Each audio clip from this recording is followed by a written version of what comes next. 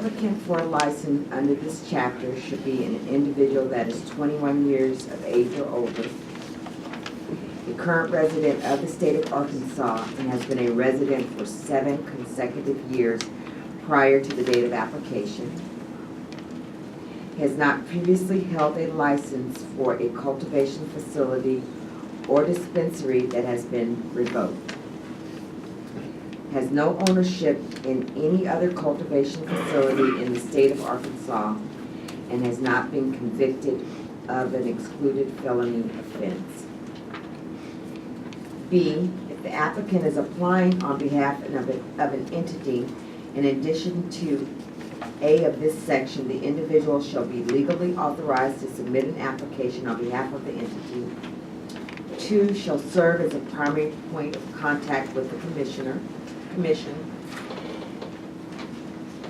3, shall submit sufficient proof that the entity, 1, has no owner, board, or officer under the age of 21, has ownership composed of at least 60% residents of the state of Arkansas, and have been residents of the state for at least 7 consecutive years prior to the application date. 3, has no owner, board member, or officer that has been previously been an owner of a dispensary or cultivation facility that has had its license revoked. 4, has no owner, board member, or officer that has ownership in any other cultivation facility in the state of Arkansas. And 5, has no owner, board member, or officer that has been convicted of an excluded felony offense. So these are the minimum qualifications for the applicant. I would wonder about adding, you can't be delinquent on any Arkansas taxes. So, I mean, if you're applying and you owe property taxes, Yes. you know, you owe taxes Yes. to the state, if you're trying to do business with the state, I think that should exclude you. I agree. Any other comments? The other thing that I think is somewhat, lacking here is just talking about needing some of the basic information for the entity. We need the name of the entity. It's obviously got to be an Arkansas entity.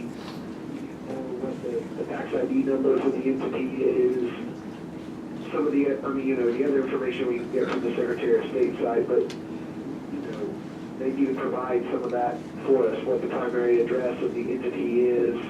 I think that's under 5, that's under documentation, that'll be under section 5. So that, but on this section, just on a minimum requirement, you can't be a felon, you can't owe taxes, you have to be an Arkansas citizen.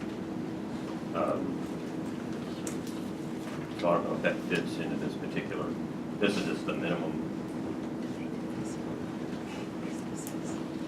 Very well.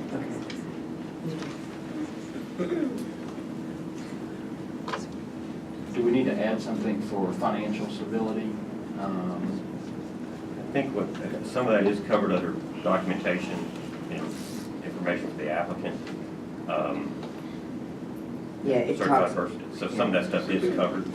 Now, on this stuff, I took it in reading it, that this was kind of like, if you can't, there's no reason to even submit an application if You haven't been here for 2 years. You've been here 2 years already. if you just moved to Arkansas, if you're, if you have a criminal record, a felony offense, and then I would think if you owe taxes, well, I would say we add to this particular section, and then we could look at number 5 and we could talk about it. Because that's where you get into the legal name, date of birth, social security, and we'll start to get into the financial backing. Make sure that the person who's actually making the application, by resolution or some sort of authorization from the entity to make that application.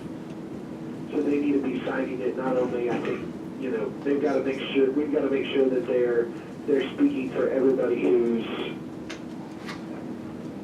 a part of it. Like a, I think that's That's that's under number 5. that's under number 5 as well. Eight. Yeah. 8. 8, Does 5 talk about bankruptcy or, Financial stability and the Yeah. ability to actually execute under a responsible business plan, all of those money backgrounds, yes. yes.